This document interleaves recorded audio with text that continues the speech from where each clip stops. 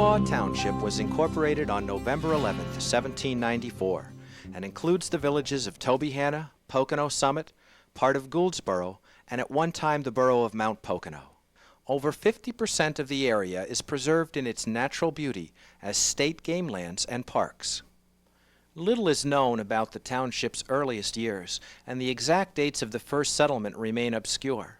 But the region was heavily wooded with valuable timber, which was the greatest inducement to its settlement. This excellent growth of timber attracted many to the region. They subsisted by tilling the soil, shaving wood, and by hunting and fishing. By the mid-1800s, the arrival of the railroad facilitated the marketing of lumber on a large scale.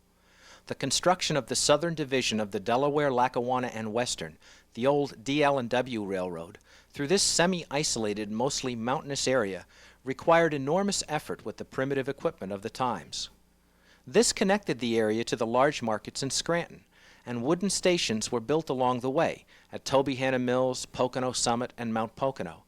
Later, in 1911, the Pocono Summit Station demonstrated the adaptability of concrete for this purpose. By the 1830s, lumbermen had begun to open sawmills throughout the region. The completion of the DL&W in 1856 brought even more growth in lumbering and tanning, and great changes to the area, including the rapid construction of log dams, mills, and factories. Yes, that's what started the place, the lumbering business, years ago. There was all kind of lumber to cut between here and between Tobyhanna and over the northern part all the way to Gouldsboro. In that area, Gouldsboro to Sterling, and that whole area was all lumber. And of course all down in this area was too. Then also, from the lumber mills here, all the bark went to a tannery down there. He took wagon load after wagon load of bark to the tanneries. That's what they used, the hemlock and tamarack bark. Pocono Summit Lake was a man-made lake, and the reason they made Pocono Summit Lake, they dammed up the streams, was because logging was such an important industry in Pocono Summit many years ago. So they really just cut down all the trees. The Pocono Summit had very few trees, and then they would transport them from one system to the other. The rise of the lumbering industry proved to be a mixed blessing, however, as the destruction of the woods occurred at such a rapid rate that the countryside became a wasteland.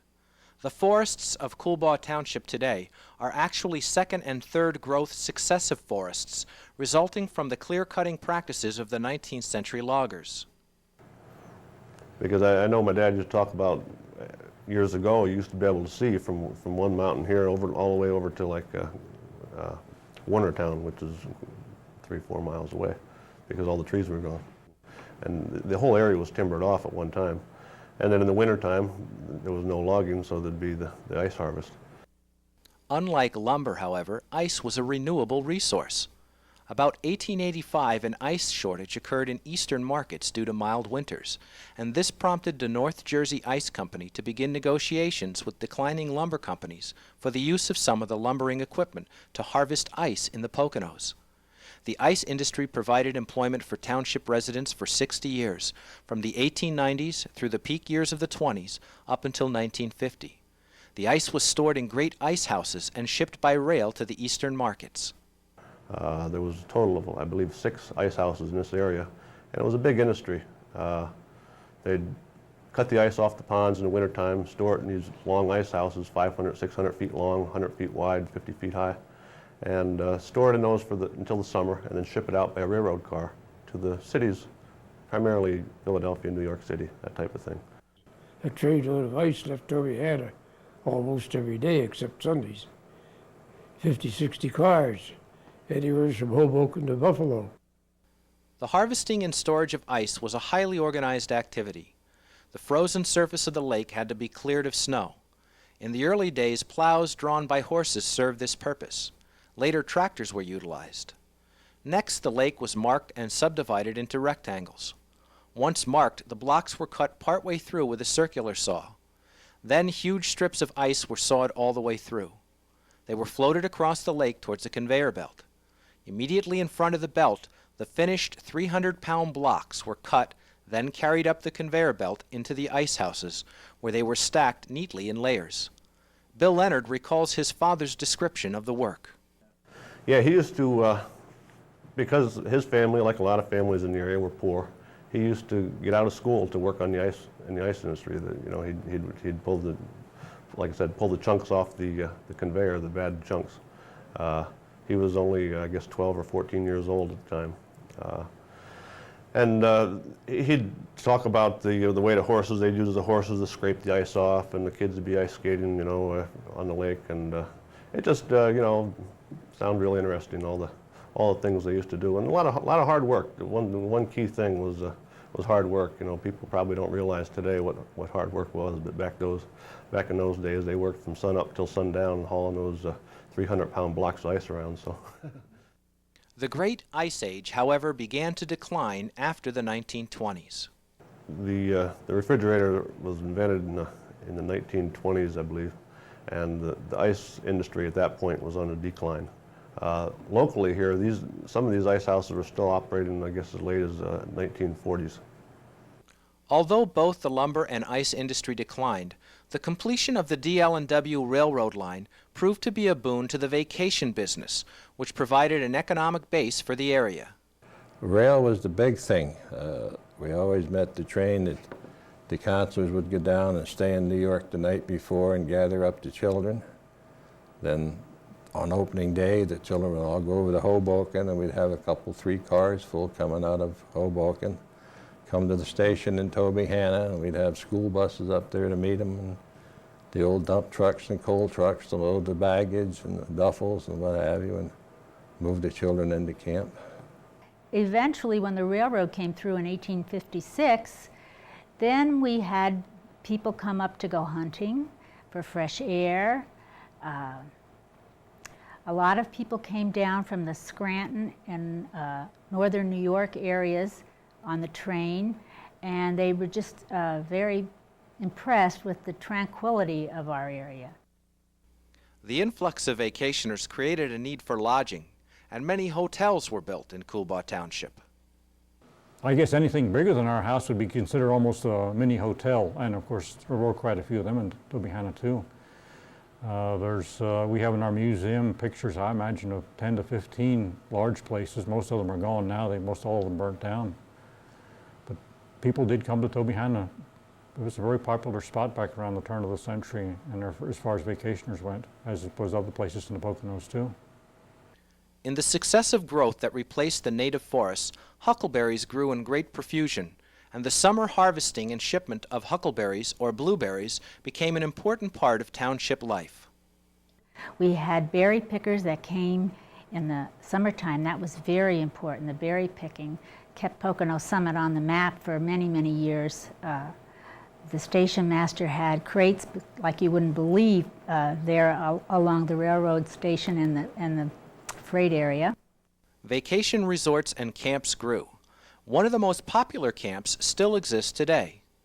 Okay, around the turn of the century, when ice was king on the mountain, my wife's relatives had a lake where they harvested ice. And her aunt wanted her part of the act, so she decided to create a girls' camp on the opposite side of Lynchwood Lake.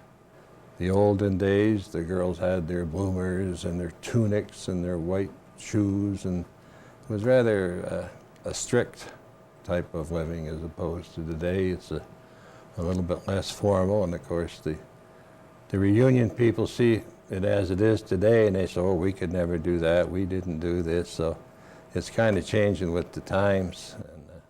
Another related development was the establishment of boarding houses, both for vacationers and workers. The Pine Grove Cottage, as near as we can figure, was built sometime before 1875.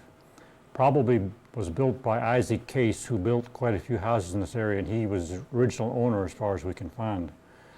And of course we have a list of the owners all the way from the 1880s on down to now. It was used as a boarding house, summer place from 1899 till sometime in the close to 1920. It was run by Mrs. Estelle Callahan. One thing that take it with it, not many people know we have probably the last existing boarding house from the Ice Age. In the olden days, the ice people, or the ice harvesters, if you will, were like migrant farmers. They'd go from lake to lake to lake and harvest the ice, and so there's a boarding house down there where the men would sleep and eat and live while they were harvesting ice in the wintertime. My grandmother Hay was my mother's mother, and she ran the boarding houses. She ran one at number 2, and she used to run one at Long Pond, one at Pocono Lake, one at Pocono Summit. Not all at once, but just, you know, one whenever they needed her, wherever they needed her. And then Gouldsboro, she ran several of them at Gouldsboro. Well, they would come in and they would board her. It was like their bedroom that they slept in looked like an army barracks. It was just one cot right on top of the other, and then just an aisle between. And then my aunts, my grandmother had 5 daughters, and they were all old enough to help her, you know, so she had lots of help. And then they had the dining room was huge, and that's where they ate their breakfast and their supper. And then at dinner time, their lunch, then they used to pack them a lunch in the morning for the men to take along so they could just eat their lunch at noon. And they ran the boarding houses, my grandmother and grandfather, for a long, long time.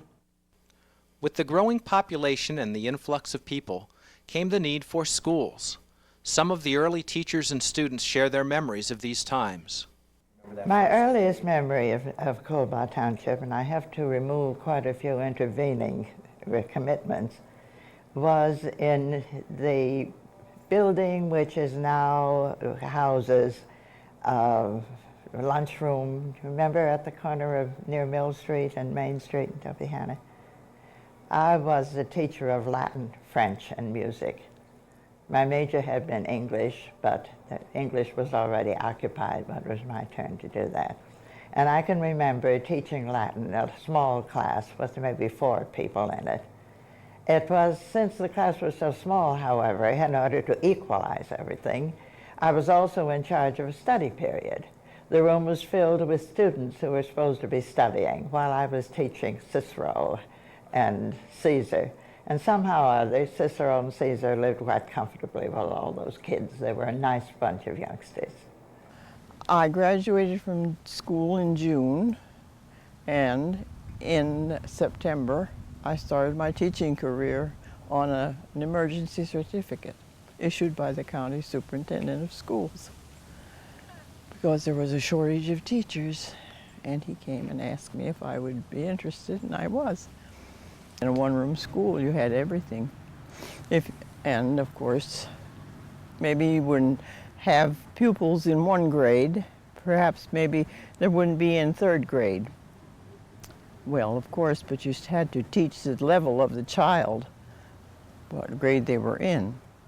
And it was very interesting, and that's how I started my career as a teacher. And then this old school bus, Mr. Sherm Gallagher from over near Newfoundland, had this old school bus. And the panels on the side were wooden like the old station wagons used to be, you know. It was wooden almost all the way around. And inside it had 3 benches, one all the way along the back, one in the front, and one in the middle. Well, the kids that lived near him said he used to keep chickens in it. And so when he cleaned it out, he missed some of the feathers down in the corners of the windows, you know, and the boys found these naturally. And so that was always called the old chicken coop. And the kids used to make fun of us, and they said that here comes the chickens in the chicken coop. We had a great time with it, though. And I was just talking to one of the guys from Tobyhanna here the other day on the phone, and he said he remembered that old chicken coop. He said, we had a lot of fun in that, didn't we? I said, yeah. And but we had a great time. It was funny. Well, then I don't remember how long we really rode that, but then afterward, why, he got a better one. But that was fun. Since those early days, several other buildings have been used for schooling purposes and are still in use today. Churches were also built in the township, as these residents recall. The First Methodist Church was on Church Street in Tobyhanna, and that's practically in the center of town. And they built a second building, which was destroyed by fire in 1965. And the present church building has been there since 1967. Originally, we had a St. James Church. I think that was built in 1867. And then on this site here, there was a Mrs. Wills from Scranton. Her husband had a brewery and they had a lot of money, and this building here at the Municipal Center was Mrs. Wills' summer home. So the pastor that we had got acquainted with Mrs. Wills, and he knew the church was getting too small for the congregation, so she built the present St. Anne's Church. And that was dedicated in 1926, and it's been here ever since. Throughout the 1900s, another strong presence in Coolbaugh Township has been the military. The Tobyhanna Army Depot has been a major source of civilian jobs, but the Army has been here longer than that. Most people look to 1953 as 53, 54 as the time that the depot came in, but in fact the Army had purchased land in 1912, and during that period prior to World War II tested new artillery tactics here. It was used as an artillery range, and the tactics that were used here during that period were later used during World War I. After the war, the depot reverted to its original artillery mission, and during the Depression, it became a major CCC, Civilian Conservation Corps area or training ground. And in fact, they had done some roads in the area as well as the lake that's on the depot. They had dug that out, and the lake itself is in the shape of a Liberty Bell. Then during World War II, the depot was reactivated again as a military installation, and they trained ambulance crews up here, and as well as being a major storage area for gliders, the types of gliders that were used in the Anzio invasion and were used by the Brits in Normandy. So that was their mission during the war. Toward the end of the war, they brought German POWs in here, and this in fact was a POW camp for about 200 Germans. And these Germans were put to work in the ice harvesting industry, which was very big at that time, as well as the summer they worked on regional farms. And this was totally in accordance with the Geneva Convention that they be used in that manner. After the war, these people were repatriated. They were looking for a use for the depot, and they had considered a VA hospital, which was eventually sited in Wilkes-Barre rather than here. And there was a serious consideration for making this the United Nations headquarters, believe it or not, which is not a well-known fact. And they turned the area down and selected some small town to the east of here. I forget the name of it. Today, the depot is the Department of Defense's recognized leader in the areas of automatic test equipment and electronics and communications equipment. Another key feature of the area is its two state parks, Gouldsboro and Tobyhanna State Park. Established in 1949, the lakes in these parks were originally constructed as part of the lumbering era. Park worker Joe Kovich describes growing up in the township's natural surroundings. All very peaceful, very quiet, very wonderful. And if you had spirits like us city kids in them days, right? We were spirited, and we explored everything in the forest we can explore. We had a ball. We learned to hunt, fish, trap, everything. Today, the state parks serve residents and visitors from all around, providing swimming and recreation in the beautiful natural surroundings of the area. Over the years, many other services were established as the township grew. In 1947, the Coolbaugh Township Volunteer Fire Company was established. From its modest beginnings in the 40s, the company in 1994 has 2 fire stations with a variety of trucks and emergency equipment. In 1976, a separate ambulance association was formed, and headquarters were built along Route 611 and expanded in 1994. Prior to the 1950s, the Pennsylvania State Police provided protection and patrol in rural Coolbaugh Township. The 1970s saw Joseph Garrity hired as full-time police chief, and in the 80s, additional officers were hired and a modular building erected. Coolbaugh Township is also home to the Pocono Mountain Municipal Airport. Started as an emergency landing field in the 1930s, over the years people like Walt Disney, Charles Lindbergh, Jackie Kennedy Onassis, and Barry Goldwater have used the airport along with thousands of other pilots and passengers. The 1960s through the 90s were years of rapid growth. Developers acquired large tracts of land and sold building lots to thousands of people. People purchased lots and constructed homes for a variety of reasons: weekend vacations, retirement homes, and as permanent home sites for their families. In 1990, the township's government moved to its new municipal center, housed on the former site of the Wills Summer Home and later St. Alphonsus Retreat House. Also located here is the District Court and the Pocono Mountain Library. It is in this period of growth and possibilities that the township celebrated its bicentennial.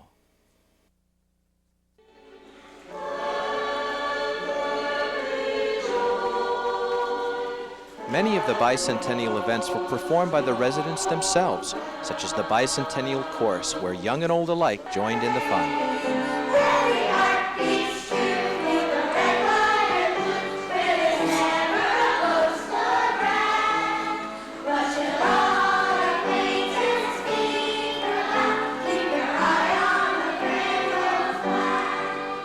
In the winter months, the residents banded together for one of their most ambitious projects: the reconstruction of a real ice house from the pages of Coolbaugh's historic past. Now, my dad used to work in the ice house, and he was a chunk boy. As the cakes of ice came up the conveyor, he'd pull off the broken chunks. And he was fairly knowledgeable about the ice industry, and he started collecting tools most recently, the last 10 years or so, and doing some research on the ice industry. And as part of this bicentennial celebration, he decided to build a small ice house right on the lake at Mill Pond number 1. It was a group effort. My dad, I guess it was last Labor Day, we started the ice house. A lot of people from the area, local people, just came over to help. We'd get a work party together on a Saturday or Sunday. We'd have anywhere from 15 to 20 people there. My mom would make lunch, everybody'd come over, we'd do a little work on the ice house. That went on, and we finished the ice house probably in about a month, the ice house itself. Then, end of October, my dad passed away. Myself and my family, my brother and sister and my mom, along with, again, all the local people, completed the conveyor to get the ice out of the pond and into the ice house. We had a little tough going because my dad had some sketches on how he had planned on building this conveyor. It was just a manual conveyor. It was sort of like a ramp. And we put our heads together, and again, like I said, with all the help of the local people, we finished it. And last February, then we had the ice harvest, and we cut, I believe, 52 tons of ice off the pond.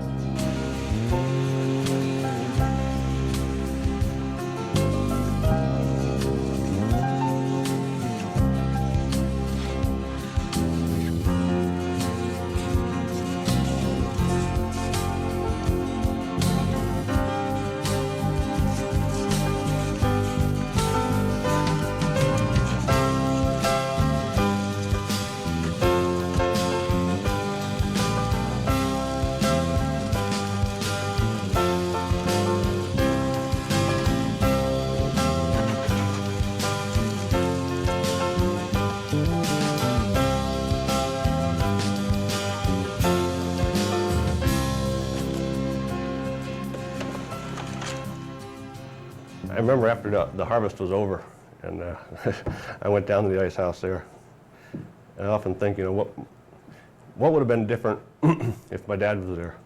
You know, would it have been the same? I knew he would have been in his glory, because all he, you know, one of his ambitions would have been completed there. And you know, he did lots of things in his lifetime.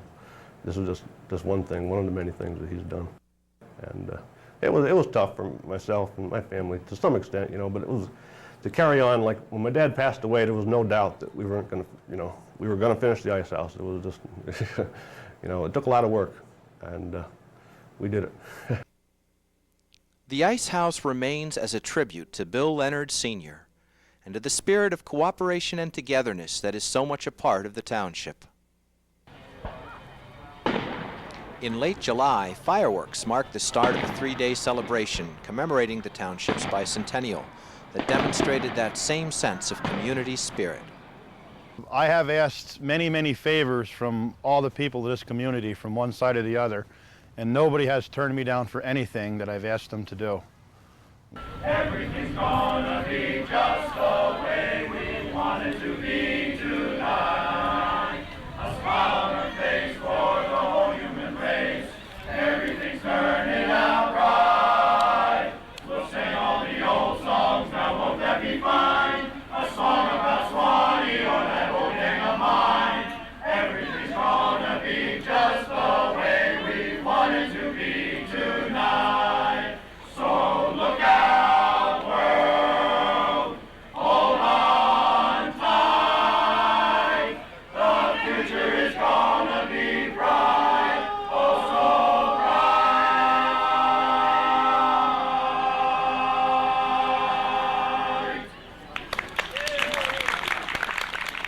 As part of the bicentennial days, there were many informative and educational events and displays.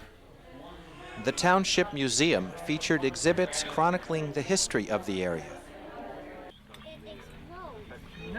A Civil War encampment allowed visitors to see the daily life of soldiers in that era. A nature walk provided an enhanced appreciation of the area's beauty. A fishing contest for kids was held along the lake. Facts about animals were revealed at attractions like the Pocono Wildlife Rehabilitation Display, a bloodhound demonstration, and a show about reptiles and amphibians.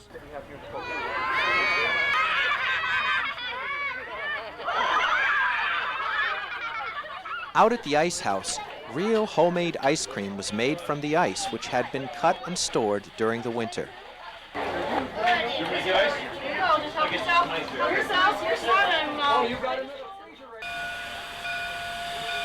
A real working steam engine brought passengers to Tobyhanna Station and later continued on to Pocono Summit.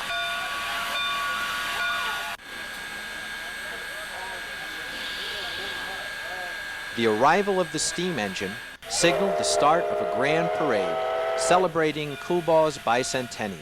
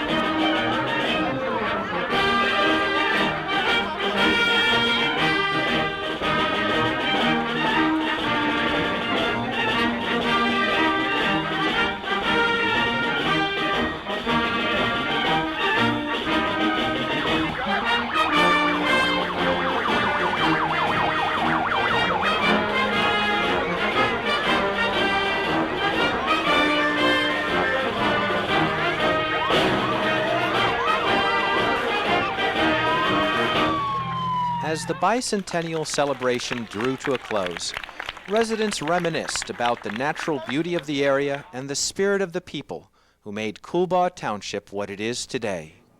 I don't know, Coolbaugh Township and Tobyhanna was a great place to live.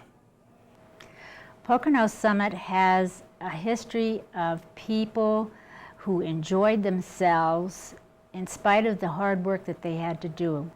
I don't want it to change too much. I hope it just stays a little village with people and children. The children at this stage, you can let your children run down the road to their friends, and there's children all around. You don't have to be so concerned about their safety because everyone knows everyone. It's a great community. We have a little bit of everything here. You have a lot of attractions nearby, and yet you still have somewhat of a country setting. I was originally from New Jersey, and we had planned to retire, and the people here really drew us to the area when we were assigned here, plus the area itself, the four-season climate and that type of thing. The outdoor life, fresh air, good, nice, cool winters, lots of snow, right? We love the snow. The park, my park. I go up to the Tobyhanna Park and hike around it if possible. And I love everything natural there. I love watching it change with the seasons. And I love the look of the lake, and I just like to walk up there. Oh, many, many. The people were I feel like a native of Tobyhanna because they were so wonderful to me, and the children were so cooperative, and their parents also.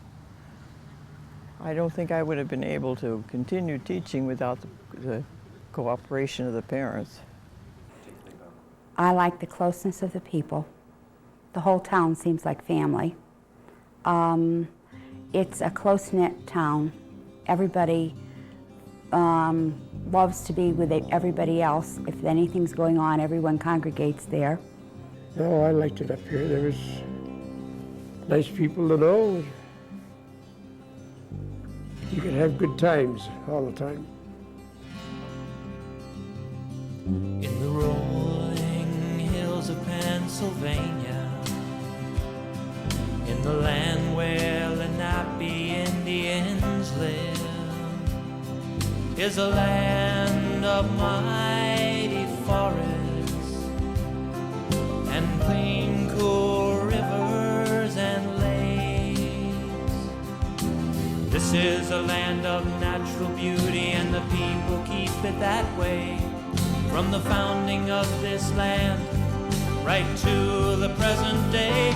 At the peak of the Poconos, the mountains where we roam, Coolbaugh Township is a place that we call home, where the Lehigh River runs and the Tobyhanna flows. Coolbaugh Township, a paradise in the Poconos.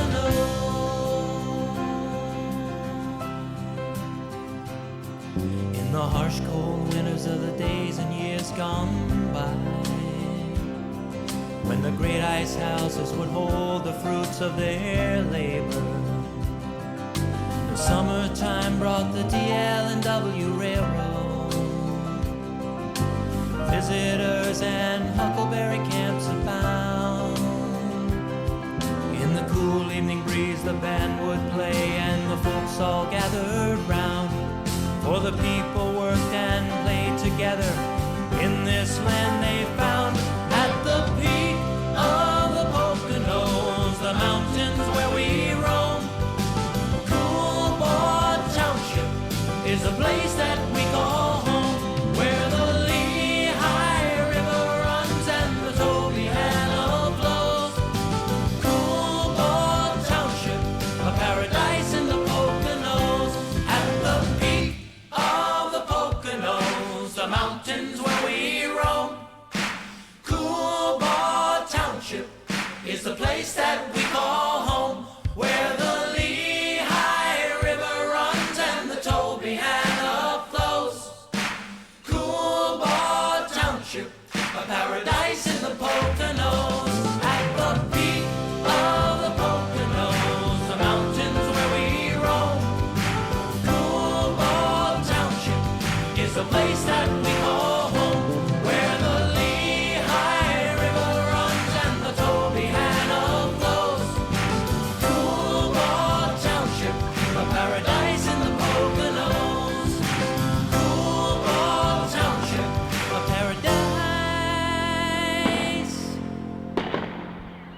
in the Poconos.